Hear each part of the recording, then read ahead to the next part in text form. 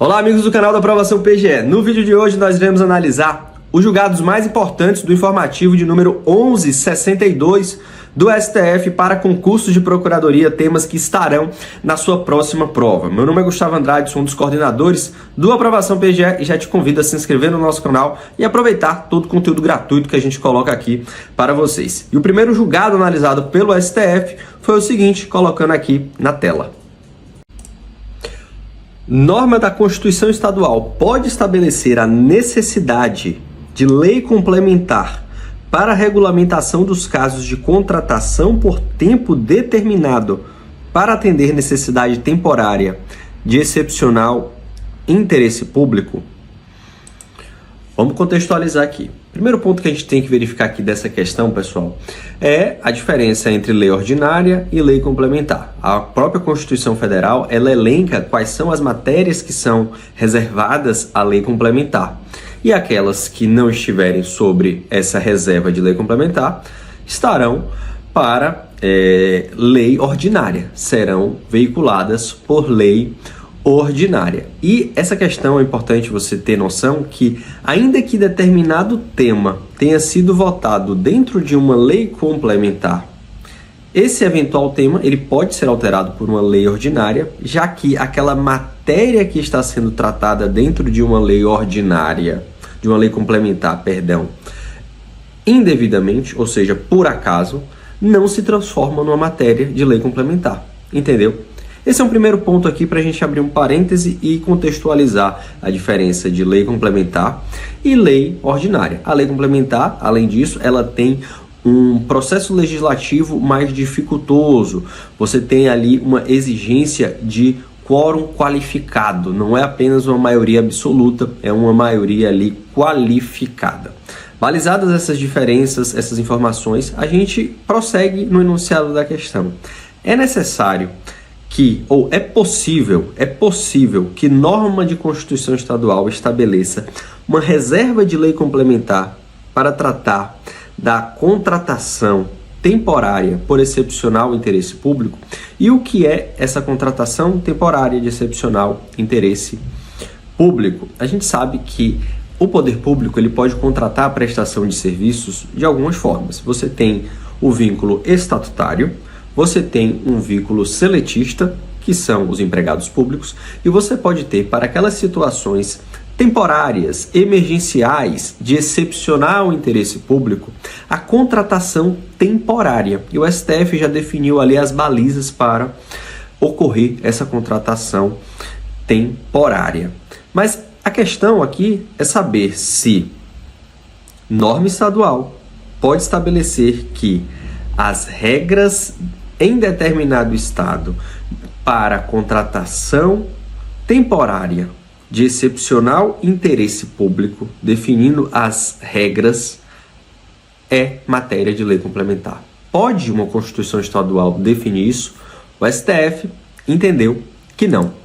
Olha só, é inconstitucional, pois viola o princípio da simetria, e nós vamos falar sobre isso, e o princípio democrático, norma de Constituição Estadual que exige a edição de lei complementar para a regulamentação dos casos de contratação por tempo determinado para atender a necessidade temporária de excepcional interesse público. Veja bem, quando nós falamos que está violando o princípio da simetria, é porque, quando estamos falando que está sendo violado o princípio da simetria, é porque na Constituição Federal não existe essa obrigatoriedade. Não existe essa regra na Constituição Federal de que tal matéria deve ser tratada por lei complementar. Então, o que é que a Constituição Estadual neste ponto está violando? A simetria, porque esse tratamento ele tem que ser padronizado. Ele tem que ser padronizado na União, nos estados e nos municípios. Então, a partir do momento que a Constituição Estadual exige algo que a Constituição Federal nunca exigiu, violou o princípio da simetria, ok? E continuando aqui, ao tratar do Instituto da Contratação Temporária, a Constituição Federal não determinou que sua regulamentação fosse realizada por meio de lei complementar. Olha aqui o princípio da simetria.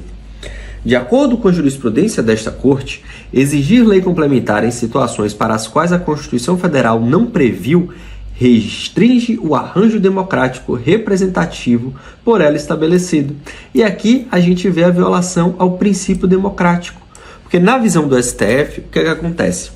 A partir do momento em que uma Constituição do Estado cria uma regra mais restritiva do que aquela prevista na Constituição Federal, já que a Constituição Federal estabelece as hipóteses nas quais são necessárias as leis complementares. Uma vez que o Estado cria uma nova regra, uma nova exceção, ele restringe ali, ele está violando o princípio democrático. Por quê? Nós temos uma Constituição Federal que estabeleceu aquele regramento que vai ser válido em toda a República Federativa do Brasil, mas determinado Estado está ali restringindo, está violando o princípio democrático porque está criando uma nova reserva de lei complementar, falando que para que determinado assunto seja tratado, você precisa de uma maioria qualificada e não maioria absoluta. O que indiretamente quer dizer que é uma maior parte da população que tem que tratar daquele tema, já que nós estamos falando aí de representantes eleitos que estarão em maioria qualificada, ok? E aí é esse ponto aqui do princípio democrático. São inconstitucionais por não observarem o princípio do concurso público, nem os requisitos para a contratação temporária, leis complementares cearenses 163, 169 e 228, que autorizam por tempo determinado e para atender necessidade temporária e de excepcional interesse público a admissão de profissionais para execução de atividades técnicas especializadas no âmbito do Sistema Estadual de Atendimento Socioeducativo. Para que se considere válida a contratação temporária, exige-se os casos excepcionais previstos em lei, o prazo de contratação seja pré-determinado, a necessidade temporária, o interesse público excepcional, a necessidade de contratação seja indispensável, sendo vedada a contratação para os serviços ordinários permanentes do Estado e que devam estar sob o aspecto das contingências normais da administração.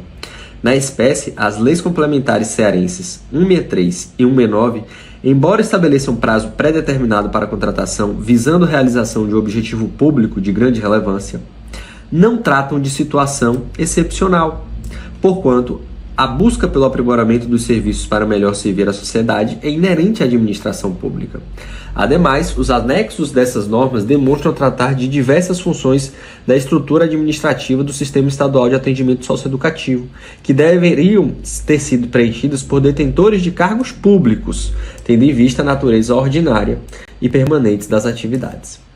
Por sua vez, a Lei Complementar 228, editada no contexto da pandemia, apontou que a necessidade temporária de contratação compreenderia o período necessário à realização do concurso público para o provimento de cargos efetivos. Entretanto, o certame foi lançado em abril, somente foi lançado em abril de 2024, quase 8 anos após a criação pela lei estadual da Superintendência do Sistema Estadual de Atendimento Socioeducativo. A perpetuação dessas contratações pretensamente de caráter temporário evidencia a inércia da administração em regularizar a estrutura de pessoal daquela superintendência. Com base nesses e outros elementos, o plenário, por maioria, julgou parcialmente a ação para declarar a inconstitucionalidade da expressão complementar do artigo 154, inciso 14 da Constituição, que foi o ponto inicial da nossa análise, e declarar a inconstitucionalidade das leis complementares 163, 169, 228, garantindo-se a vigência das contratações temporárias celebradas com base nos citados diplomas até que expirem os prazos de duração, após que deverá o Estado do Ceará preencher os quadros do seu Sistema Estadual de Atendimento Socioeducativo por servidores aprovados por concurso público. Essa temática aqui, pessoal, é muito importante e eu quero que você fixe aqui. É inconstitucional, pois viola o princípio da simetria e o princípio democrático, norma de Constituição Estadual que exige a edição de lei complementar para a regulamentação dos casos de contratação por tempo determinado para atender à necessidade temporária de excepcional interesse público. Uma vez finalizada a análise deste julgamento, a gente passa para o próximo e a pergunta é a seguinte: normas estaduais podem estabelecer prazo de licença paternidade superior a 5 dias, ou seja, de forma diferente da legislação federal? Pergunta número 2. A prorrogação prevista na legislação federal se aplica no âmbito estadual e distrital? Vamos lá, pessoal. A gente sabe que existe a figura da licença maternidade e da licença paternidade, que é a licença para o pai estar junto, estar com o seu filho, a sua filha, quando ele nasce. Estabelecida essa premissa, é importante que você saiba que na Constituição, lá no ADCT, artigo 10º do ADCT, é estabelecido um prazo mínimo de 5 dias para licença paternidade. E se diz que lei complementar vai tratar de forma geral desse prazo da licença paternidade. E o STF, inclusive, já declarou a omissão com relação ao tratamento desse tema para que a licença paternidade seja superior a 5 dias, que não seja aquele prazo mínimo de 5 dias. Fato é que no âmbito federal o prazo é de 5 dias,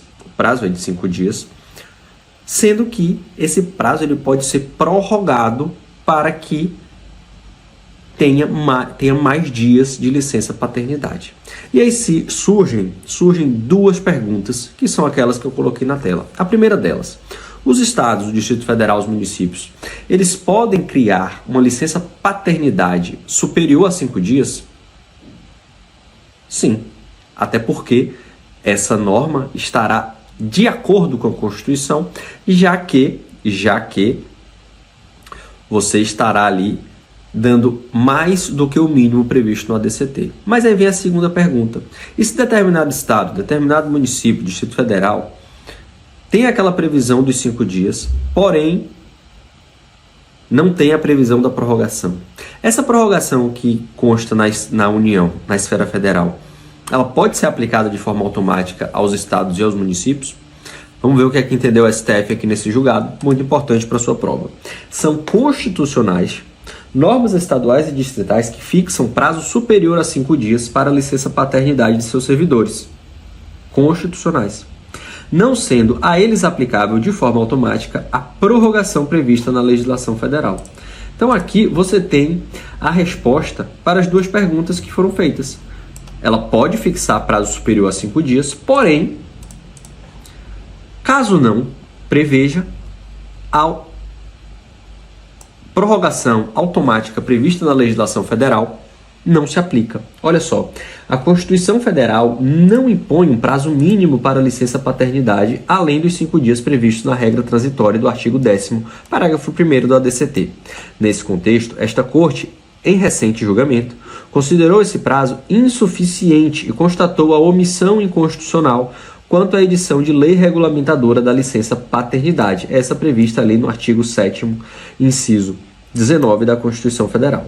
No entanto, a prorrogação de 15 dias, e aí você vê aqui, no entanto, a prorrogação de 15 dias concedida pela Lei 11.770 e pelo Decreto 8737 não se aplica automaticamente aos servidores estaduais e distritais. Por quê?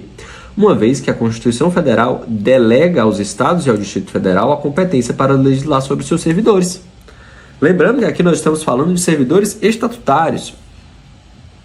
Então o que é que entende o STF? Não cabe tratar da prorrogação porque a Constituição Federal ela delega aos estados, delega ao Distrito Federal a competência para tratar dos seus servidores. E dentro desse arcabouço de legislar sobre os seus servidores está o regramento sobre a licença paternidade. Então, primeiro ponto, a licença paternidade ela pode ser superior a 5 dias, mas caso ela não seja, e aí é o segundo ponto, você não pode aplicar automaticamente a prorrogação prevista na legislação federal.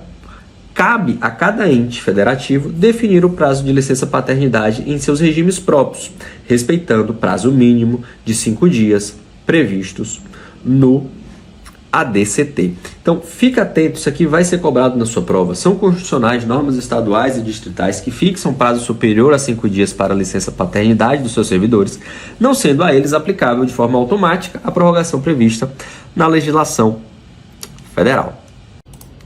Finalizada a análise deste julgado, a gente passa para o próximo, que também é muito importante. Vamos lá. São constitucionais as normas que estabelecem diferenciação na duração de licença maternidade para mães adotantes em relação à idade da criança adotada? E as normas que não estabelecem o mesmo prazo da licença maternidade para pais solo, tanto biológicos quanto adotantes? Pessoal, vamos contextualizar aqui essas duas situações que foram tratadas nesse julgado do STF, e são situações que o STF já tratou diversas vezes e já está sedimentada essa jurisprudência, mas é importante você saber que pode ser cobrado em sua prova. Vamos lá. Primeiro ponto aqui, deixando a indagação na tela para que você visualize melhor comigo. São constitucionais as normas que estabelecem diferenciação de duração da licença maternidade para mães adotantes em relação à idade da criança adotada? Existem algumas legislações que estabelecem o seguinte: licença adotante, licença maternidade, para a mãe adotante de X dias, caso a criança tenha menos de 1 ano. Y dias, caso a criança tenha 1 a 2 anos. W dias, caso a criança tenha mais de 3 anos. E qual é a lógica dessa legislação? Quanto mais crescida é a criança a ser adotada, menor é o tempo de licença maternidade, licença adotante. E qual é o sentido dessa norma? Que uma criança mais crescida precisaria menos do contato da mãe. Essa é a visão da legislação. Não concordo, não estou falando, quando eu digo sentido, não estou querendo dizer que estou concordando. Discordo plenamente. Mas a ideia dessa legislação, do legislador, é essa. Quanto mais crescida a criança, menos tempo ela precisa no início do convívio, porque aí não é no início da vida, porque às vezes é uma criança mais crescida, do contato com a mãe. E aí faria essa diferenciação. Para o STF, isso é constitucional ou é inconstitucional? E a segunda indagação é referente aos pais solo. Os pais solo é aquela situação em que o pai se torna pai e não tem a figura da mãe. Isso pode ocorrer basicamente por duas possibilidades. Primeiro, é o infortúnio da mãe vir a falecer no momento do parto. Vir a falecer no momento do parto. E aí o que acontece? Esse pai, ele se torna um pai solo, um pai sozinho. E o STF já entendeu, ele já definiu que esse pai solo, ele não vai ter direito à licença paternidade de no mínimo 5 dias. Ele vai ter direito à licença maternidade igual ao prazo que uma mãe teria para que ele esteja próximo ao seu filho recém-nascido e esteja ali para dar todo aquele acompanhamento que um ser humano, uma criancinha, um nenenzinho precisa. Essa é a figura do pai solo e também tem aquela questão do pai solo que adota uma criança. É uma adoção unilateral, onde só existe a figura do pai, e isso também é possível na nossa legislação. E aí a grande questão é possível, a pergunta que está aqui na tela, estabelecer um prazo diferente para licença maternidade para pai solo, biológico quanto adotantes? É possível você falar assim, se o pai solo vai ser determinados dias, se for pai solo adotante é outro tempo, e vai ser diferente do tempo da licença maternidade? O STF entendeu, pessoal, que não, nenhum tipo dessa diferenciação que consta aqui nessas perguntas são válidas, são inconstitucionais.